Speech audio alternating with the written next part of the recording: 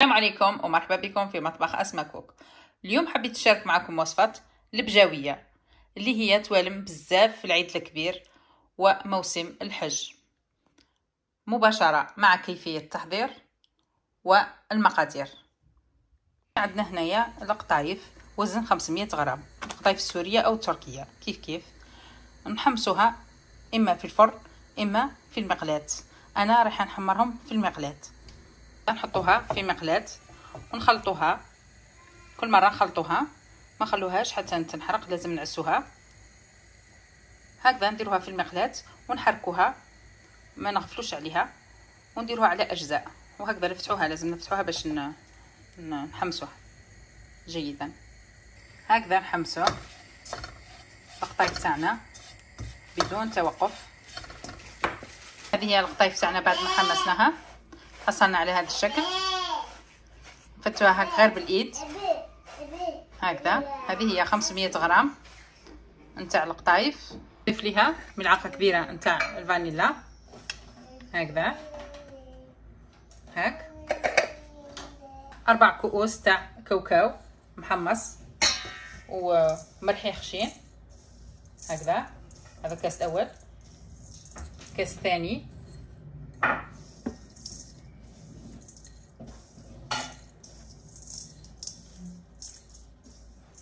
الكاس الثالث،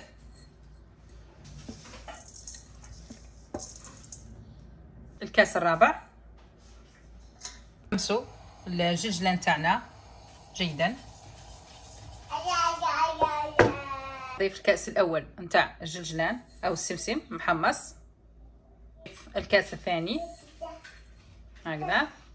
نضيف علبتين من حلوة الترك، هذا اختياري كما تحبوا ديروها ولا لا. هكذا فتوها هاك. علبة ثانية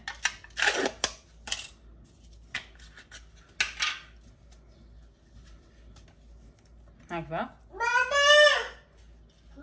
نشوفوا نخلطوا هذا النواشف كامل حتى ينسجم لينا هذا الخليط.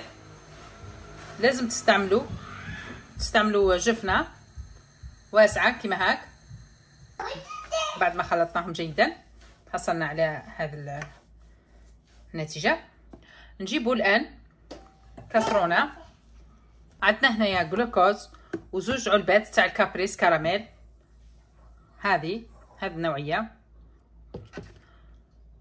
نجو نسخنوهم في كاسرونة هكذايا، نفرغوها كامل هكذا. علبة ثانية هكذا هكذا،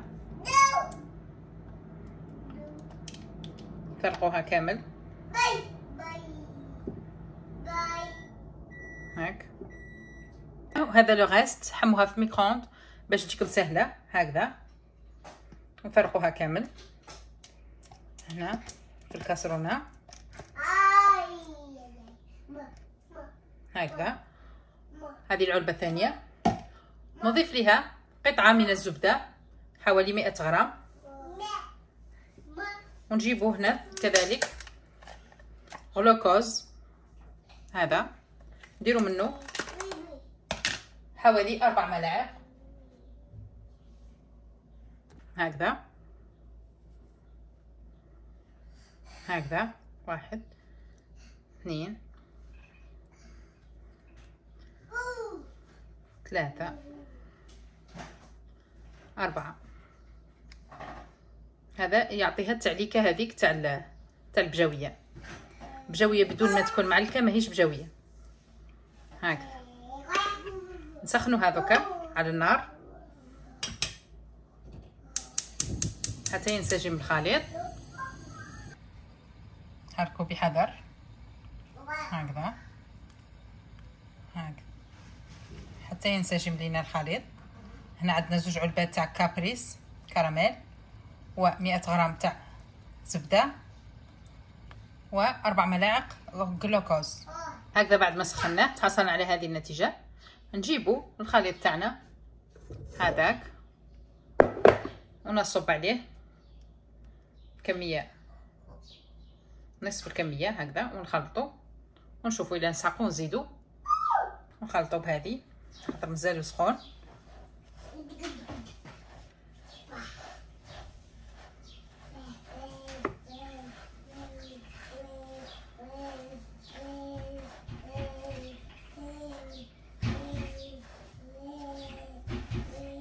باينه تزيد تدي هاهي نزيد هكذا هكذا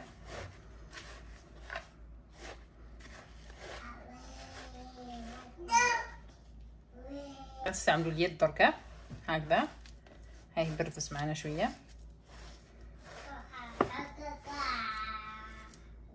نضيف باقي الكميه هكذا.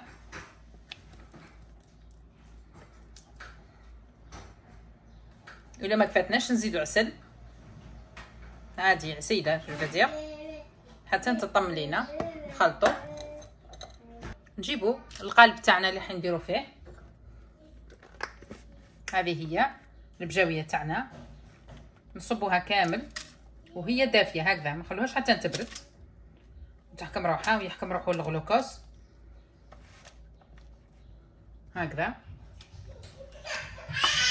مساعدة شويه زيت في يدنا نبسطوها هكذا قبل ما تيبس هكذا.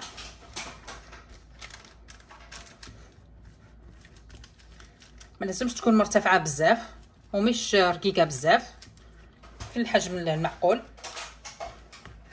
هكذا. هاي بدات تجمد معنا، لازم تستخدم بسرعه خاطر الغلوكوز بسرعه يجمد هكذا. جيبوا الحلال تاعنا هكذا نبسطوها به هكذا هاك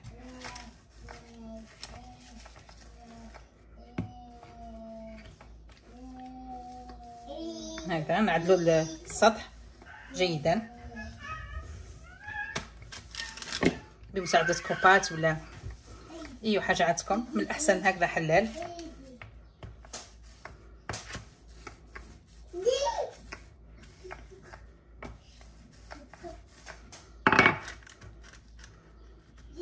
هكذا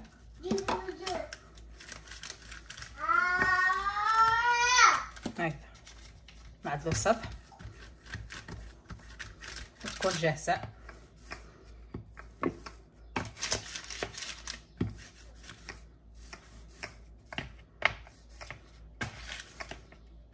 هكذا نخلوها حتى تجمد ليلة كاملة ونرجع لكم نشوفوها في التزيين. عندنا مجموعة من المكسرات نديروها للتزيين.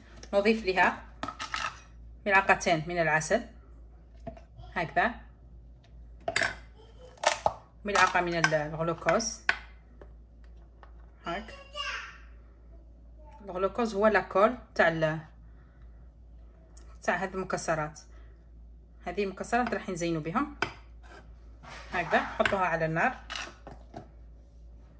نضيف زهرة هكذا تاع ورد الفشوش هذا هكذا.